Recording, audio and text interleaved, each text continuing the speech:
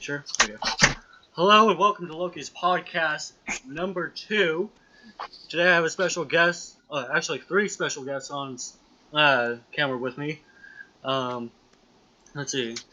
Today's a legendary day because I've got Devin Baker, who is the bassist of Ravenscroft. Got Gorke, who is the guitarist of Ravenscroft, and frontman Ralph Buso on webcam. What's happening, everybody? Hey now. Thanks for having us, bro. Not a problem. Thank you, brother. So, what's going on? Ravenscroft just released their newest album, See Through, from Pavement Entertainment, under management of, SoulSyphon Media. Yeah. They have, Pavement Entertainment has put out acts like Puddle of Mudd and Powerman 5000, so check them out as well. So, without further ado, let's start asking some questions and see how everyone is doing with everything going on lately. Let's see.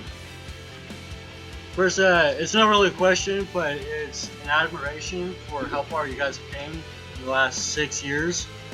Starting with Cosmic Plan and now your 3rd studio album of See Through. Devin, tell me how you feel like you've progressed since that first album. That's a pretty good question. I think it was 2014 that we got together, so that's 6 years. We put out Cosmic Plan, I thought, quickly. Less than a year, maybe 6 or 9 months, we had written enough songs and gone into the recording studio. And then, we had to make a couple changes personnel-wise. And then, we started writing for Rebel. And, Rebel is the album that got us the deal with Pavement. So Rebel, I thought, did really well for not being, us not being signed. I think we did with Reverb Nation and Pavement did some sort of contest, and I think we submitted the nomination from the record Rebel. And I'm, out of hundreds and hundreds of bands, we got a deal with Pavement. So, and then we had 4 months to put together another record, and we did it. And so, each record, I think, the first one's kind of raw. Then, Rebel was a little more modern, and I think even this one's a little bit more modern. I'd say each record took a step up, in my opinion. So it's been fun. It's a lot of work, but playing music's fun. So yeah. Brett, tell me how you progressed from, you started back with Rebel, right? Like, fully into it. I know you were in the behind the scenes of Cosmic Plan and everything like that towards the end of that album cycle. But you started with Rebel, didn't you? Are you talking to me? Yes. Brett, okay, cool. Yeah, actually, I came into the game at about 1.5 years, I'd say. Isn't it about 1.5 years, Ralph, that you guys have been out? Yeah. And we filmed the video for Cauldron of Deceit. So that was my actual first intro thing that I did, intro to doing that, and then playing live at the Whiskey Go-Go and the Viper Room, where we had TJ Sagan at the time, who was the manager of Disturbed, come out and watch us play because he really liked us. So I was really stoked about that. That's awesome. Yep. Ralph, obviously you've been the frontman since the dawn of time of Ravenscroft. How do you think you've progressed as a vocalist, being that you used to just play instruments for other bands? It's one of those things where you just kind of roll with the flow of what's going on. And I started off playing bass, guitar, Then I also played synthesizers, keyboards. You know, that's what I write on. A lot of times I send the guys like little pieces, little bits of song ideas, because I tend to write more than anything else. But yeah, once I figured out that I was meant to be the frontman, the vocalist, and that entails a lot. It's not just singing, it's not just writing lyrics. There's a lot more involved. And a lot of people don't understand that, but that's okay. It's been a journey, and I've enjoyed the journey.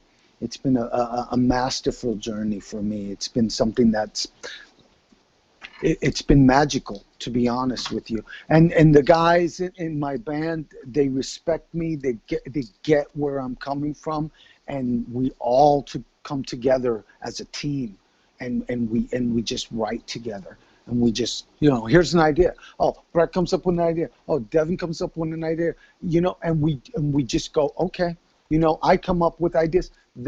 We all come together, and everybody just puts their part into it, and we make magic out of it. And we also work with, producers that are, really a big part of the team.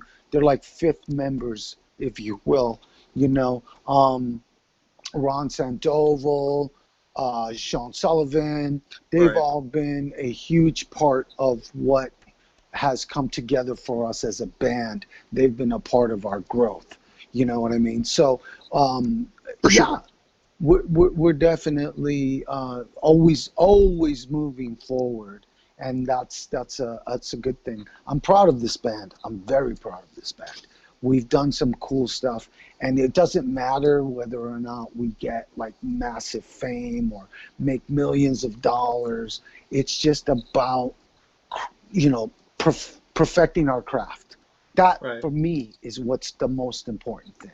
So, and I'm proud of us. I think See-Through, pretty badass. I got to say so myself. Definitely. Yes, boss. Oh. Sorry about that. Knocked down the phone. Too many times. Where'd you go? Dusted off the shoulder. Where'd you go? All right. So, Devin, this is going to start out as a good question, but I'm going to lead with you. When preparing to go on stage, do you have a pre-show ritual that you do? I don't, actually.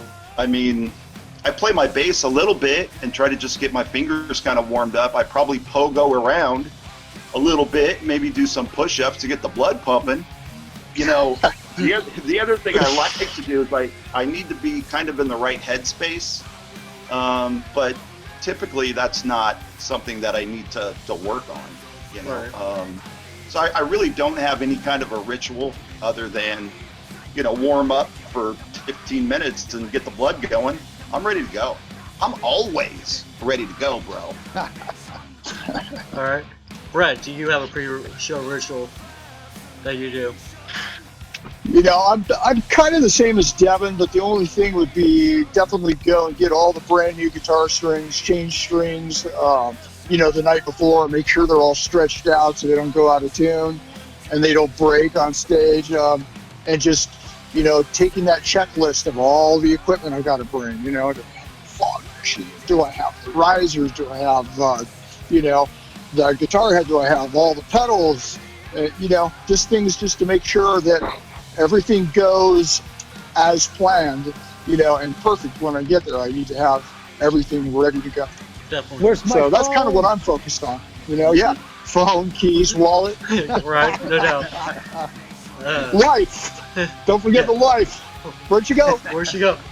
You always gotta find her. Right? Ralph, do you have a pre-show ritual that you do to warm up? It's pretty much the same, bro, as the other guys. They, like you said, some push-ups, do some squats, just warm up, stretch, because I got to be jumping up and down on that riser and try to memorize, the lyrics as much as I can because, if it's been a while between shows, it takes a little bit of memory. you know. So and I got to say things to the crowd and get everybody involved. So there is a little bit of and definitely I got to warm up my vocals. You know what I'm saying? So there's definitely some pre-prep before a show. But for the most part, yeah, it's not. I wouldn't call it a ritual. I would just say that there's pre-prep. You know what I mean? We've got things that we've got to prep for to get ready to get on there and kick some ass. You know what I mean? So I only asked that because of the fact that Shinedown has their pre-show ritual. Like they do that do or whatever it is that they were talking about. So that's why I asked if you guys had something similar. We almost always fist bump though. I think we pretty much fist bump each other right before we start. So that's like a ritual, I guess, if you want to call that a ritual. That's a ritual we do because we're brothers and we're ready. We're looking at each other going, "You ready to do this, bro? Let's do this." And we fist bump each other. You know what I mean? So I can see that. Brett, what is your favorite song to perform live? Oh gosh, so many of them. Well, it's going to be Vengeance for sure, but I haven't performed it live yet. You know, I like Denomination. I like Into the Dark. I like some of the older stuff. I like some of the newer stuff, but Into the Dark's one of my favorite ones, I think. That one is one that I just love the way it sounds, and it's just that melody is so badass, you know, and I love when we start with that song. Definitely. Devin, what's your favorite song to perform? Probably Cauldron of Deceit would be one, just because it's very recognizable, I think, for us. So, you know, I can see a lot of people participating, maybe singing along, Set Me Free, you know, that kind of a thing. And then probably also Denomination. It's a good live song. It's heavy. Typically with our set, or it was the closer. So, you know, balloons could be going off and it's the last song and there's a big whoa part. Yeah. I can hear the crowd singing that back to us, and you could almost just hold the mic out and have the, you know, the people in the audience sing it. So, you know, probably those two. Right. That's a good one. Ralph, what's your favorite song to perform live? As a vocalist, anyways. I got to admit, I'm kind of on board with the guys. I think Into the Dark is a really good. I mean, we do this whole speech thing with it when we open it up. It's like an intro, and I think it's really cool. And I do love that song a lot. So I agree. Into the Dark, I would say Cauldron of Deceit, definitely. So there's not just one. Right. And then, of course, Denomination's a great song to play live. I enjoy doing that one. Rebel is a great one as well. So I'm sorry, I know you're asking what's your favorite, but I'm going to go ahead and give you all of them. And then now on the new album, I love Anything. I love See Through and Vengeance is Mine. Those are fun songs to play, you know. And of course, the Trent Reznor 9 Inch Nails had like a whole cover. Yeah. They're all fun. But I don't really have a favorite, one specific, but those are the songs that I enjoy the most, you know. I will chime in on the Head Like a Hole. That is honestly one of my favorite covers that I've heard you guys, like, as a band as well as musicians. Head Like a Hole was one of my favorite covers that I've heard in a long time. So cool, man. I definitely enjoyed that. Thanks, bro. Yeah. Thanks, bro. And I can't wait to hear more covers from you guys in the future. When choosing what goes on a record, do y'all take from a list of songs you've already recorded, or do you plan each song to fit the theme of that record? Starting with Brett.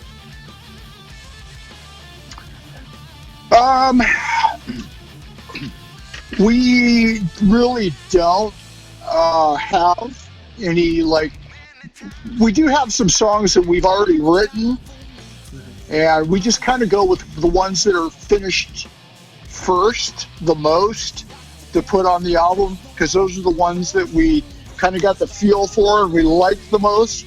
So I think the ones that are already almost all the way written are the ones that will go on the next album, if that makes any sense. Yeah, that does. There was a couple of songs that we could have thrown on Rebel that weren't quite ready, and we weren't sure. We thought, oh, maybe we should change this part, or, you know, maybe that could be shortened, or can we take this part out? So there's some that we kind of shelved, and sometimes you need a break on those things so you can have the writer's block go away. Then you come back in the room with it, and oh, what about this? You know, come up with new ideas. So, yeah. I can see that. Ralph, this is a question directly to you. After knowing you grew up in New York, what made you come to California?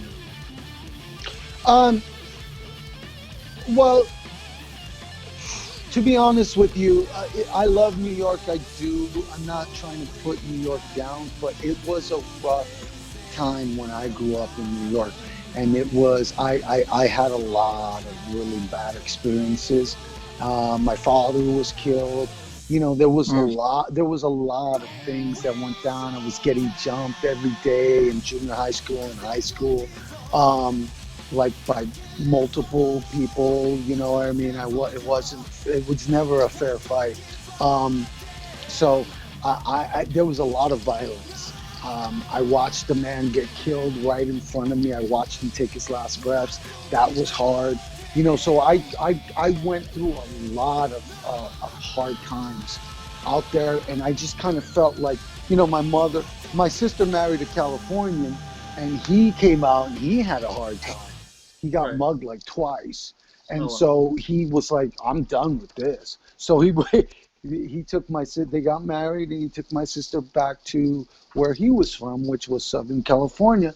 And my mother is very close to my sister, so she wanted to be near her. And I was like, man, it's time for a change. Let's go, you know? So we flew the coop, and we just went, and we decided to try out California. And so we went to Sacramento first, and then we ended up in El Monte, and I didn't really like El Monte, so I ended up moving to Temecula. And then years later, I met Lisa, and now I'm in Redlands, you know. But the point is that sometimes you need a change, you know what I mean? And it was a positive change. It was definitely. And here I am with my brothers in Ravenscroft, you know what I mean? So I'm happy. You know? Definitely. Good answer. Devin, what are you most ready for to start when touring? Say that one more time. What are you most ready for when you start touring? What am I ready for? Yeah, like places, people. I mean, I think we're pretty much ready to go big. So, I mean, you know, with everything that's going on right now, it's kind of uncharted territory. It's a little, you know, odd. So I'm not sure when things are going to reopen. It would be great if, you know, summertime, fall, you know, things are back in swing, and, you know, we could jump onto some, you know, festival type things. That would be awesome. I mean, Arizona, Vegas, you know, any of that would be great. But I mean, listen, any good opportunity, this band's probably going to jump on it.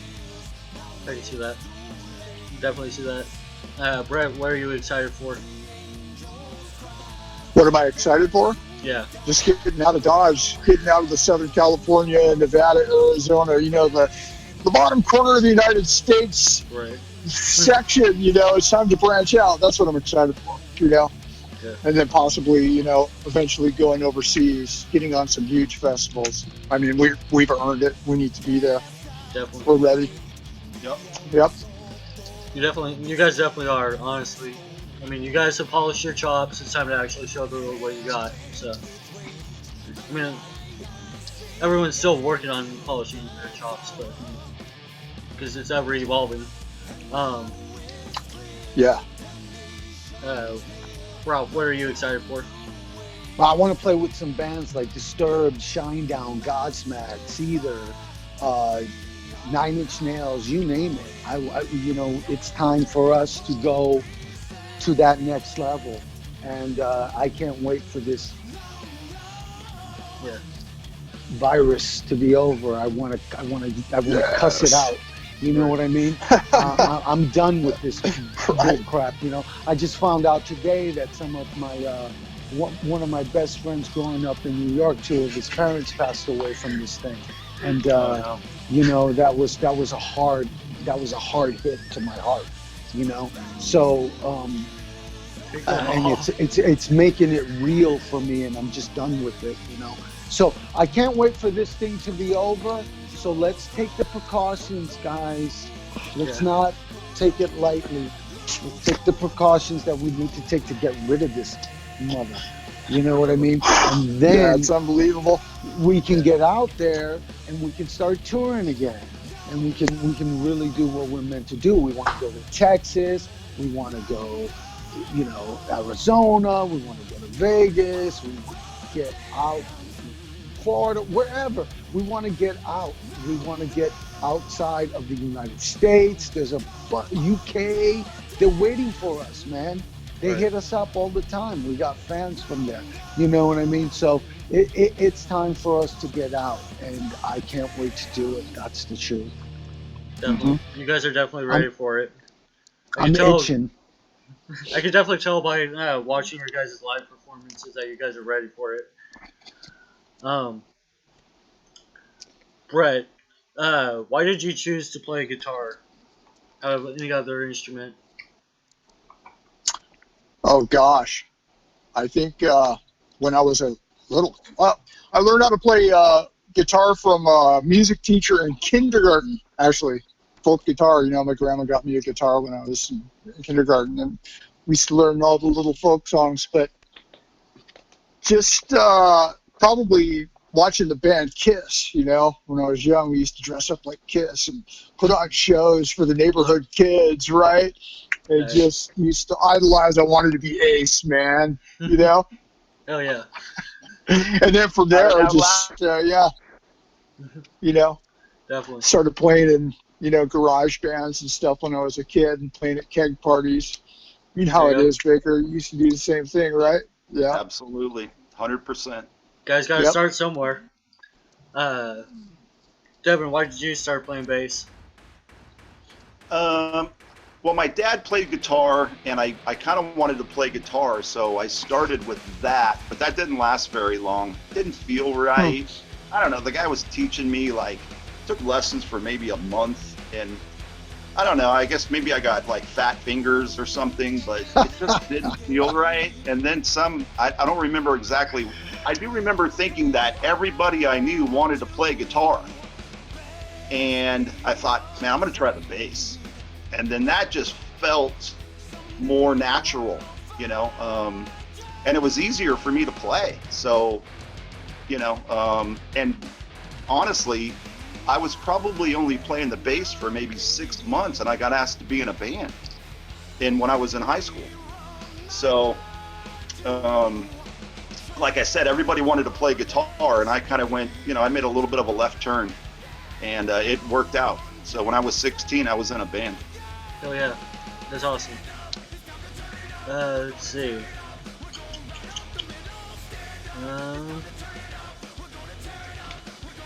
Here's a good question for all of you guys. How does being in a popular band affect your social life? Starting off with Ralph.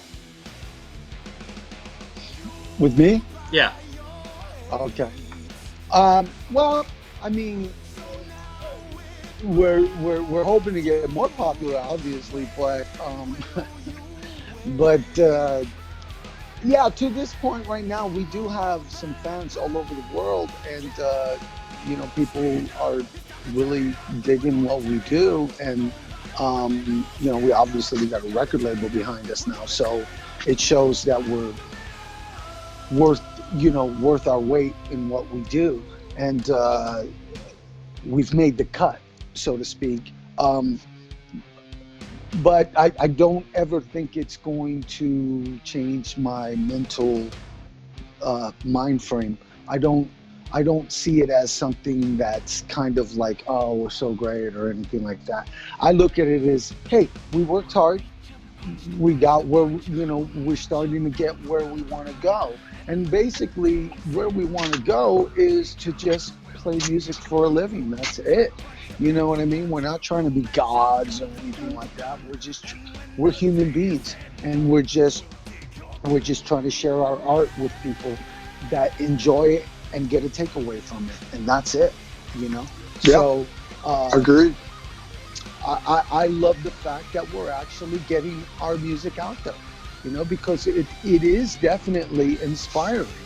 You know what I mean? When you share art, it inspires people. Definitely. And so I love that, How does it affect your social life, Brett? I mean,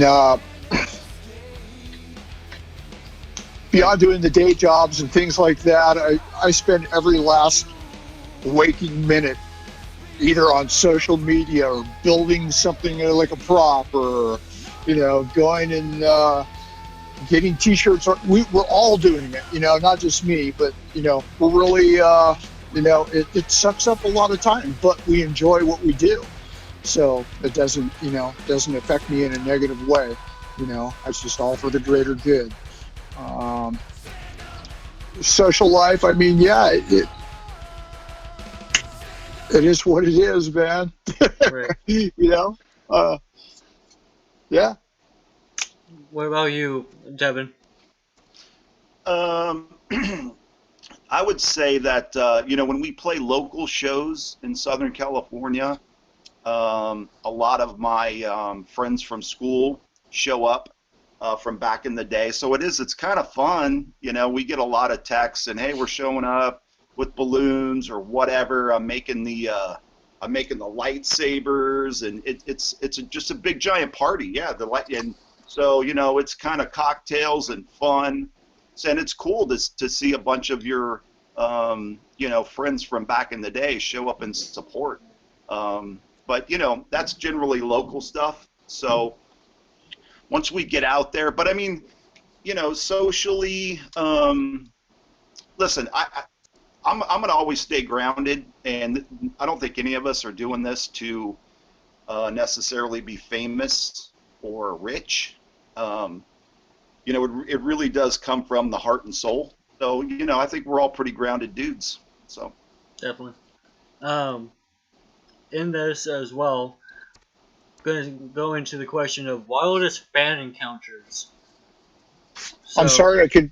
Wildest fan encounters. Wildest fan encounters. Wildest fan encounters. Yeah. Let's start with Brett. No real wild fan encounters, nothing out of the ordinary. Maybe just some boobs here and there,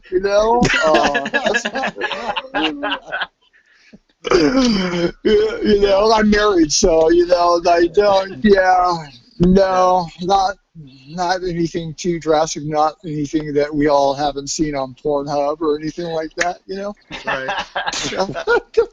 Definitely haven't had anyone playing songs on stage or anything like that. So at least not yet.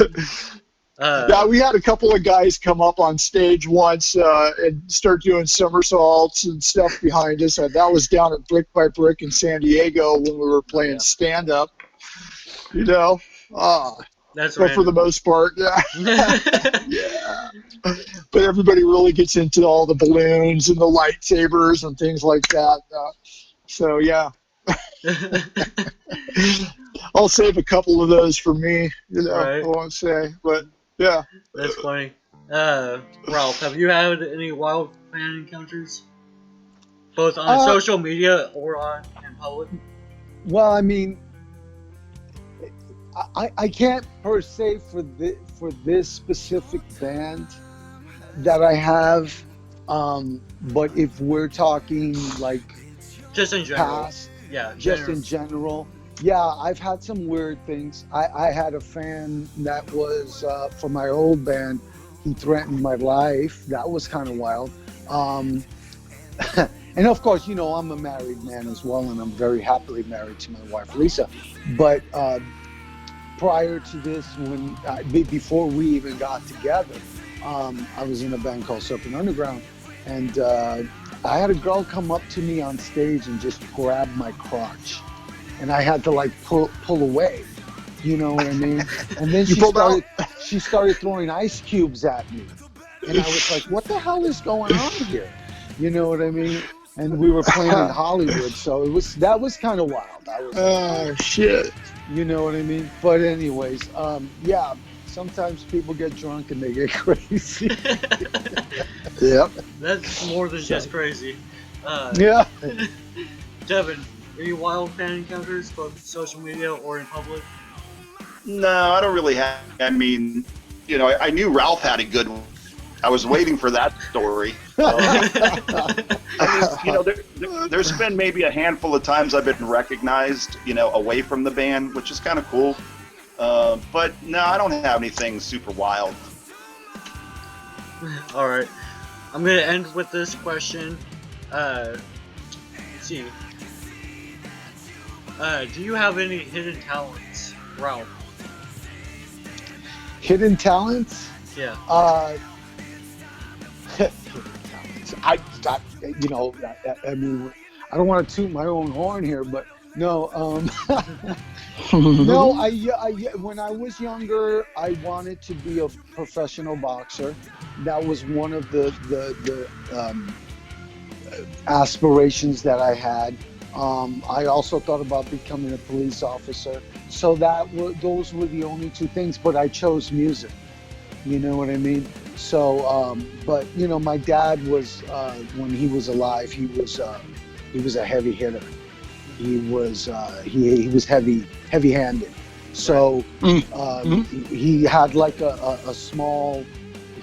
He did boxing for a while, not on a professional level, but on an amateur level, and he used to knock guys out every time.